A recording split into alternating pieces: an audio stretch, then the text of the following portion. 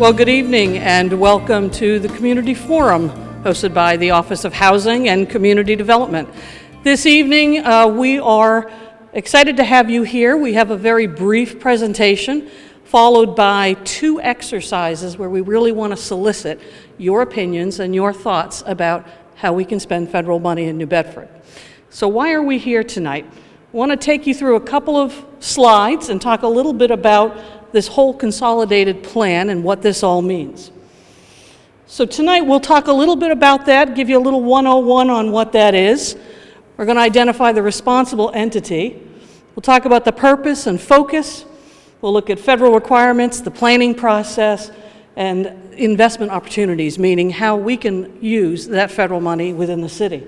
We're going to look for your input, and that includes people that are watching on cable, because there's going to be a way for you to participate as well. And then we'll talk about calendar, next steps, and what's coming down the road. So the first thing you need to know about a consolidated plan is that this happens once every 5 years. Every entitlement community, and that can be states or local, and the city of New Bedford is an entitlement community, we're required by the U.S. Department of Housing and Urban Development to conduct a 5-year consolidated plan. This is a long-range plan that helps us to identify our needs and priorities within the community around affordable housing, community development, and how we can best invest in the community, benefiting low, moderate income individuals and neighborhoods, and how we can respond to the opportunities that are within our community. So this tonight marks one of the public forums that we're holding in order to look and plan for that consolidated plan. Every year we have 2 public meetings in January, and that's for our action plan. The 5-year consolidated plan is supported every year by a 1-year action plan, a shorter term document. So tonight, 5 years. We get to do this 5 years from now, so we'll see you in 2025. So who's responsible for this? It's the City of New Bedford's Office of Housing and Community Development.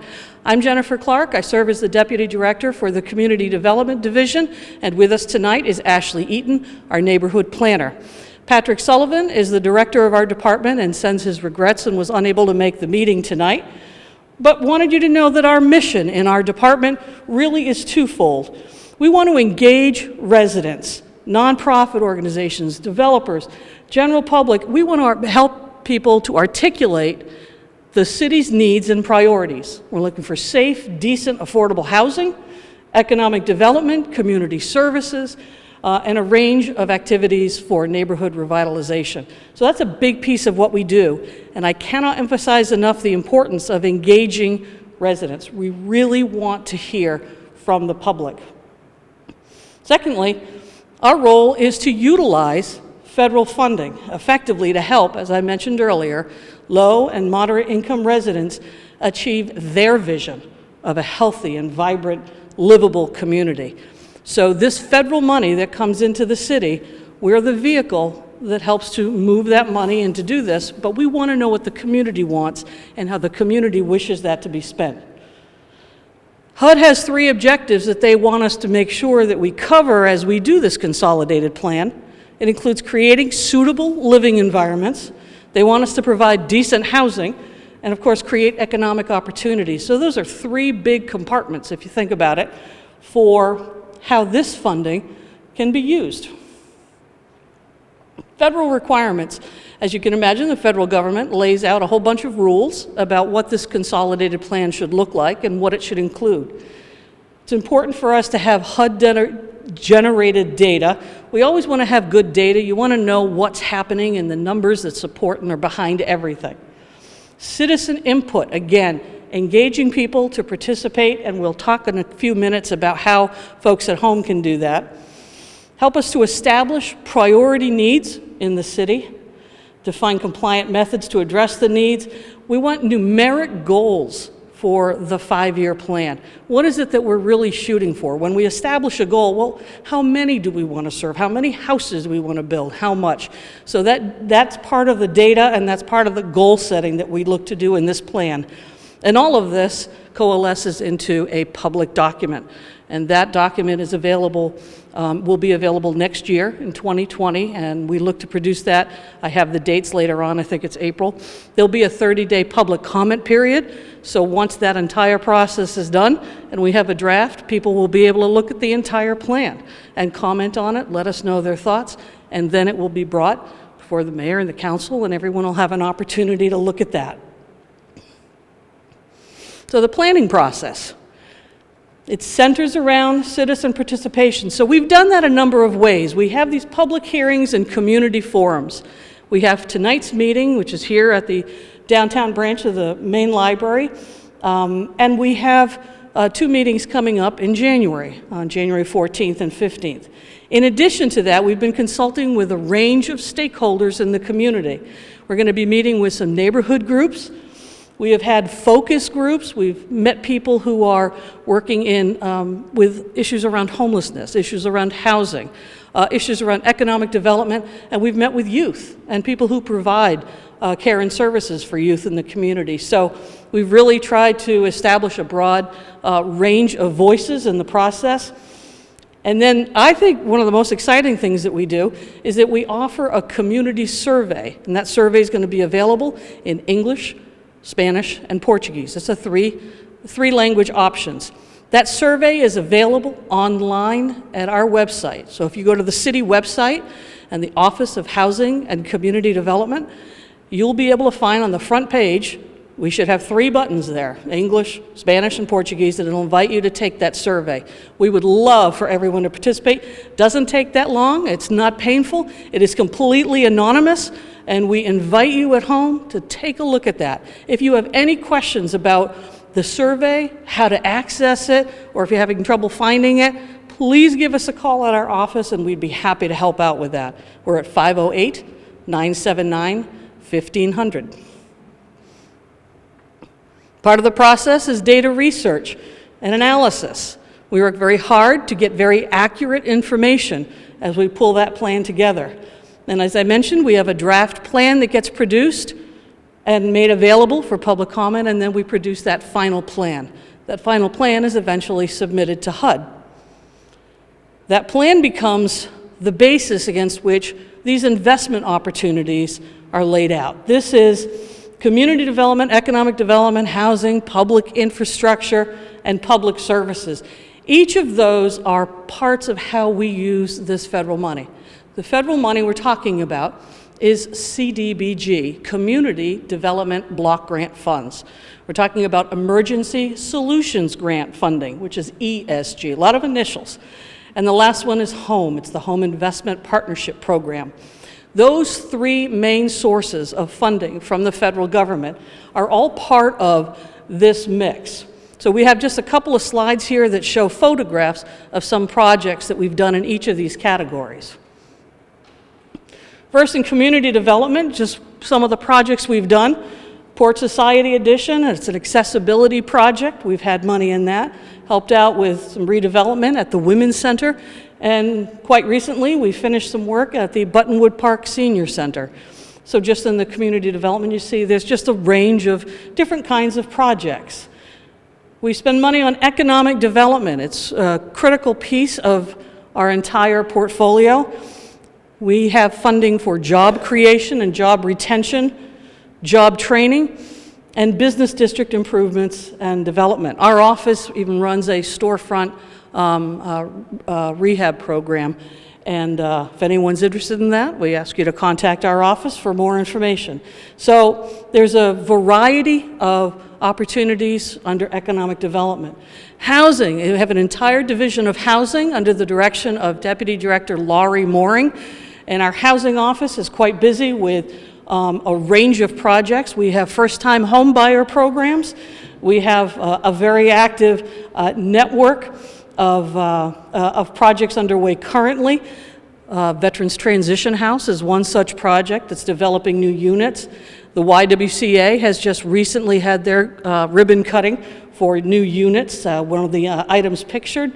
And, you know, we celebrate that we have great relationships both with the Attorney General's office in working on the mass receivership program. and we have a housing network where we collaborate with the City of Fall River, bankers, and a range of folks. So we're very involved with that. We have these rental home ownership. We do both new construction and renovation, and we're quite concerned with green building and energy efficiency, so we always look to support that. Public infrastructure, as you can imagine in the city, there's a wide range of projects that touches, everything from sewer and water and handicap accessibility right through to public building renovations, parks and recreation. We have a couple of parks under development right now. If you live in the south end of the city, you may have noticed the Baby Kenny Tot Lot under construction and just about completed now, and the Beauregard Pina Playground, which is under construction, and we look forward to ribbon cuttings on both of those parks in the spring. Bike and walking paths, community centers, street and sidewalk improvements. There's a broad range of what we can spend money on. Here's a little example of some of the public parks we did. On the left, you'll see some of the images from the Hayden McFadden playground at the school, which has been very successful. And Klasky Common, that was a number of years back, but that was something that was a significant neighborhood revitalization project for the Acushnet Heights neighborhood. Public services. We have a range of public services. We're able to use 15% of the funding that the city receives can be used for public services. That's a range of nonprofits that carry out these kinds of activities. Everything from seniors to youth programs, transportation, legal services, health, education, everything under the sun that's on this list and more. So whatever supports the community, supports the low and moderate income population and the neighborhoods, those are the kinds of projects that we see most often, public services. So tonight, well, not tonight, but we want to have, again, just reiterate how important the public input is and the different ways that we collect that information. Again, public testimony, we've had folks talking with us individually. We'll invite that public comment at our January public meeting, which will be at Kearney Academy. We have an opportunity to submit comments in writing. That can always be done at any time in our office, and most especially and most relevant perhaps is when the draft of the consolidated plan is generated. We receive public comments that way. Providing data and reports, if there's something you think that we need to know or may not be aware of, we're willing to take a look at that. And then we have that survey that I mentioned earlier. If you are a resident of New Bedford, you in particular want to take a look at that survey that's on the city's website through the Office of Housing and Community Development. Tonight, we have two exercises that we've got set up for the folks that are in the audience, and we're going to be looking at how folks would want to spend money. We have a listing up here of housing, public facilities, economic development, and public services. These categories, there are subcategories under each one. What we have to give each of you, and you can't get these just anywhere, this is $100 of official Office of Housing and Community Development funding. It's not valid anywhere else, simply through our office. So this money in different denominations, we have $5 bills, 10, 20. We would like the folks that are here to come in and just take a look at what they think they would like to see their money spent on. If they had $100, where would that money go? And you just push it in the slot. And that's how that exercise works, as simple as that. You only get $100, so how would you prioritize that funding?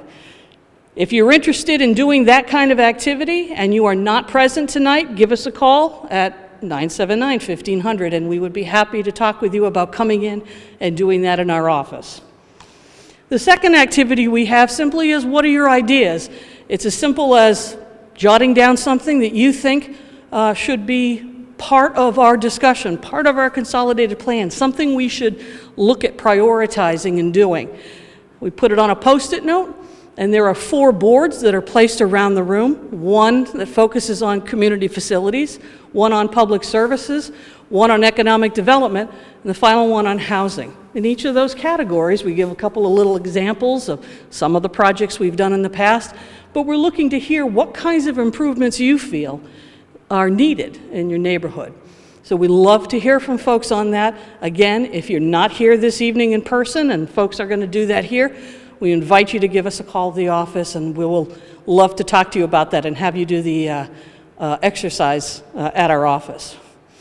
So we'll do that in 1 second when we adjourn the meeting, but wanted to give you some dates here. So you know today is Monday, December 9th through January 14th. We have that survey available now online, as I've mentioned earlier. On January 14th and 15th of the year 2020, next year, we will be having our public meetings, one at Carney Academy on the 14th, and one at the conference room of our office, Housing and Community Development, at 608 Pleasant Street. That one will be on the 15th.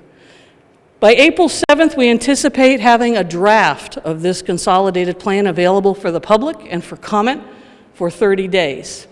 May 15th is our target date to submit that to HUD, and starting on July 1st will be the beginning of the first fiscal year of our 5 fiscal years that this plan addresses.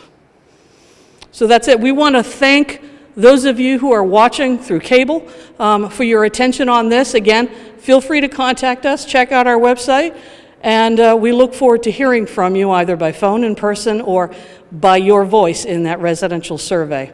For those of you that are here this evening, you heard the 2 examples, the 2 exercises that we have. We would love for you to participate. There are pens and Post-it notes by each one of those boards. If you have some ideas, you don't feel compelled to fill out the card for every single board, but you are certainly welcome to do so. Just post your ideas and then come on up. I'll give you a wad of cash and you can vote and decide how you'd like to spend those limited resources. That'll help to give us a good sense of how people are looking at prioritizing those needs in the community. Thank you so much, and thank you for watching.